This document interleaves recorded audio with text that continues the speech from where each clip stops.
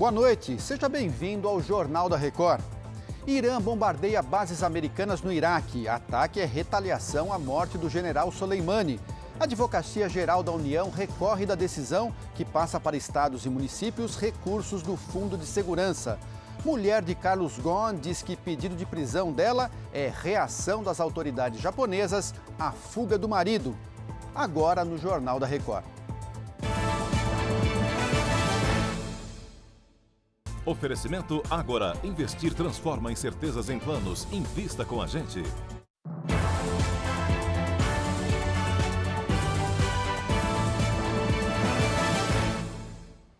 A base aérea de Al-Assad, no Iraque, que abriga soldados americanos, foi atingida por pelo menos 10 mísseis. Vamos a Nova York com a correspondente Heloísa Vilela, que tem mais informações. Boa noite, Heloísa. Boa noite, Lúcio. Olha, a pergunta agora é o que acontece daqui para frente, se essa agressão de parte a parte termina aqui ou se os Estados Unidos vão reagir à reação iraniana. Mas o governo americano confirmou o ataque às duas bases militares dos Estados Unidos no Iraque. A Guarda Revolucionária do Irã anunciou o ataque e disse que ele aconteceu às 7h30 da noite, horário de Brasília, que seria exatamente o mesmo horário do bombardeio americano que matou o general iraniano Qassem Soleimani. O governo do Irã também disse que se os Estados Unidos reagirem a essa agressão de hoje, outros ataques vão acontecer. Ainda não se sabe quantas pessoas morreram e quantas ficaram feridas, mas já se sabe que houve vítimas fatais. O presidente Donald Trump está monitorando a situação na Casa Branca e está em contato com os assessores de segurança nacional. Ele também informou os líderes do Congresso a respeito da situação. Lúcio. Obrigado, Heloísa. E o Irã prometeu atacar dentro dos Estados Unidos se os americanos responderem ao bombardeio desta noite. A ameaça foi feita na rede social da Guarda Revolucionária Iraniana e também em rede social. O presidente Donald Trump comentou o ataque iraniano, disse que, por enquanto, está tudo bem e que fará uma declaração nesta quarta-feira. Após os ataques do Irã às bases americanas, o preço do petróleo subiu 4% no aftermarket. As operações feitas depois do fechamento das bolsas. Atento a esse cenário, o governo brasileiro adiantou que, por enquanto, nada muda no preço dos combustíveis aqui. A gente pode descartar alta de imposto, subsídio?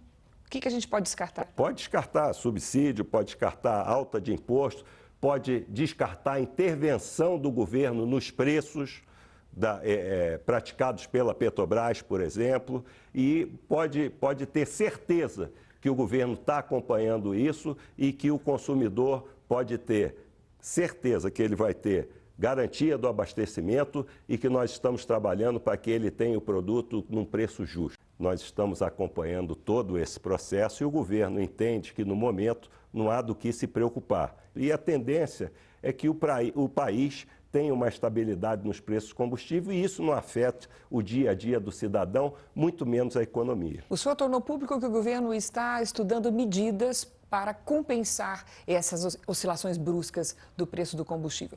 Quando essas medidas podem ser apresentadas, o senhor imagina? Nós estamos trabalhando nisso desde o ano passado, desde setembro do ano passado, quando o presidente Bolsonaro me determinou, fruto daquele ataque que houve nas refinarias da Arábia Saudita, que nós tivéssemos mecanismos para responder a eventuais crises, a eventuais aumentos do preço do petróleo em face da conjuntura internacional. E é isso que nós estamos fazendo e pretendemos apresentar essas medidas, esses mecanismos compensatórios, que eu já comentei isso, esses gatilhos que poderão ser utilizados até fevereiro. Cada vez que o petróleo sobe, isso é bom para a economia do país, porque o país está arrecadando mais. Se está arrecadando mais, pode haver mecanismos de compensação para que o preço do combustível não afete a economia, não gere inflação, não gere desemprego e o país continue com seus investimentos, com seu desenvolvimento. Há 5 dias, o mundo fala sobre um nome que até então era praticamente desconhecido. Qassem Soleimani, o general iraniano morto pelo exército dos Estados Unidos. É hora do comentário de Augusto Nunes. Boa noite, Augusto. Afinal de contas, quem era o Qassem Soleimani? Boa noite, Lúcio. Nesta terça-feira, um repórter quis saber por que Jair Bolsonaro havia qualificado o iraniano Qassem Soleimani de, aspas, um general que não era general, fecha aspas. O presidente dispensou-se de responder. Então eu me disponho a matar em 2 minutos a curiosidade do jornalista. Em qualquer país, general é o oficial que comanda um exército ou tropas regulares numa guerra convencional. Foi o que Soleimani fez na década de 1980, durante a guerra entre o Irã e o Iraque. Descontado esse período, Soleimani usou a patente para subir na vida como terrorista. Em suma, um general que se dedica em tempo integral a atividades terroristas não é general.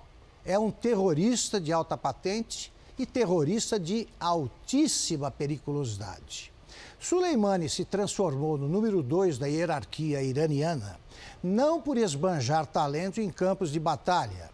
Ele tornou-se poderoso graças a ferocidades traiçoeiras, cuja autoria sempre renegou.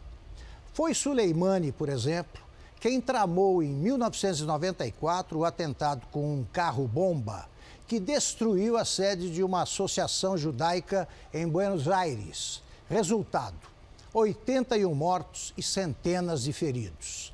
Em 1998, Soleimani assumiu o comando da Guarda Revolucionária e, a partir daí, se concentrou na montagem de uma rede de grupos homicidas que espalharam o horror no Líbano, no Iraque, no Iêmen, na Síria e em outros pontos da região mais conflagrada do planeta.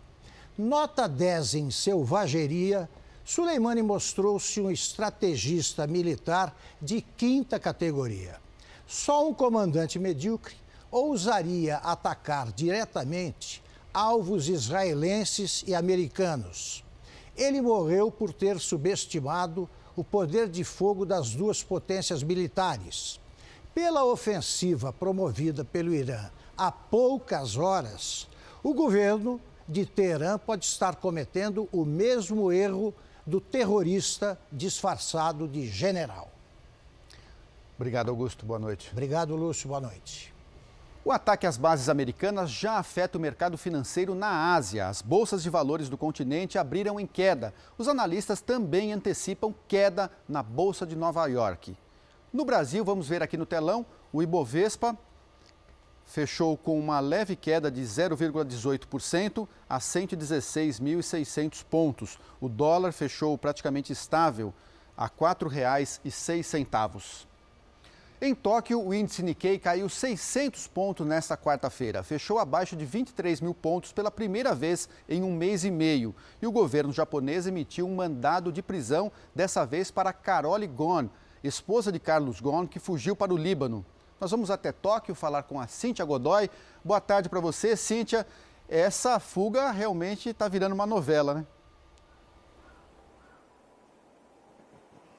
Pois é, Lúcio, boa noite a todos. Carole Ghosn, que teria se reunido com o marido após a fuga dele, disse que o pedido de prisão é uma retaliação do governo japonês. Os promotores alegam que Carole mentiu à corte do país ao prestar depoimento no ano passado. Nesta terça-feira, a Nissan informou que em breve entrará com um processo de danos materiais contra o brasileiro e acusa Ghosn de ter causado prejuízos de mais de 1 bilhão e 300 milhões de reais.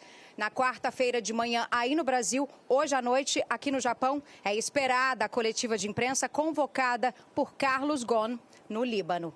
Lúcio. Obrigado, Cíntia. A Advocacia Geral da União recorreu da decisão do STF que determinou a transferência de 50% dos recursos do Fundo Nacional de Segurança Pública a estados e Distrito Federal. Vamos a Brasília falar com a repórter Raquel Vargas. Boa noite, Raquel. Quais são as informações? Oi, Lúcio. Boa noite para você, boa noite a todos. Olha, no recurso, a AGU pede que a decisão do ministro Dias Toffoli seja suspensa até que o Supremo defina se os estados e o Distrito Federal precisam cumprir pré-requisitos legais para receber essas transferências arrecadadas com loteria. Bom, a AGU, a União, argumenta o seguinte, Lúcio, que em uma decisão similar sobre o Fundo Penitenciário Nacional, o STF estabeleceu um precedente que exige o cumprimento de obrigações legais pelos estados. Bom, a transferência dos recursos foi uma decisão do ministro Dias Toffoli durante o plantão do Judiciário e ele também determinou que o governo não faça novos contingenciamentos no Fundo Nacional de Segurança até que a ministra Rosa Weber, que é a relatora, analise o caso. Lúcio, eu volto com você. Obrigado, Raquel. Uma boa noite para você. A Receita Federal abre nesta quarta-feira a consulta aos lotes residuais da restituição do imposto de renda. Vamos a Brasília falar com Luiz Fara Monteiro. Boa noite, Luiz. Quem tem direito a essa restituição? Oi, Lúcio, tudo bem? De acordo com a Receita Federal, esse lote contempla restituições referentes aos anos 2008 a 2019. Cerca de 186 mil contribuintes vão receber o crédito na semana que vem, dia 15 de janeiro. Entre eles, idosos acima de 60 anos, com prioridade para quem tem mais de 80. Também para cidadãos com alguma deficiência física ou mental grave e ainda aqueles cuja maior fonte de renda seja o magistério. No total, serão pagos 725 milhões de reais aos contribuintes nessa fase de restituição do imposto de renda. Lúcio. Obrigado, Fara. Boa noite para você também. A Sociedade Brasileira de Dermatologia ampliou o alerta para a prevenção do câncer de pele. A campanha, que antes era Dezembro Laranja, foi transformada em Verão Laranja. Vamos ao Rio de Janeiro com Pedro Paulo Filho. Boa noite, Pedro Paulo. Essa iniciativa faz todo sentido com esse calor que está fazendo no Rio, né? Pois é, Lúcio, boa noite para você, boa noite a todos, até mesmo pela quantidade de pessoas que invadem as praias e estão expostas ao sol. Nessa terça aqui no Rio, a sensação térmica ultrapassou os 45 graus. O Brasil é um dos países com maior índice de radiação ultravioleta, que além do envelhecimento precoce, também pode provocar alterações imunológicas e câncer de pele. Durante a campanha, a Sociedade Brasileira de Dermatologia também reforça a necessidade de usar o protetor solar até mesmo nos dias nublados. Isso porque as nuvens não filtram os raios prejudiciais. Lúcio. Ok, Pedro, muito obrigado. E agora uma notícia de última hora, um avião da Ukrainian Airlines da Ucrânia, com 180 pessoas a bordo, caiu agora há pouco no Irã, logo após a decolagem. O Boeing 737 caiu por falha técnica, segundo a TV iraniana. Ainda não há confirmação de vítimas. Essa edição do Jornal da Record termina aqui. Outras informações no Fala Brasil, às 8h45 da manhã. Fique agora com as imagens que marcaram esta terça-feira. Boa noite para você.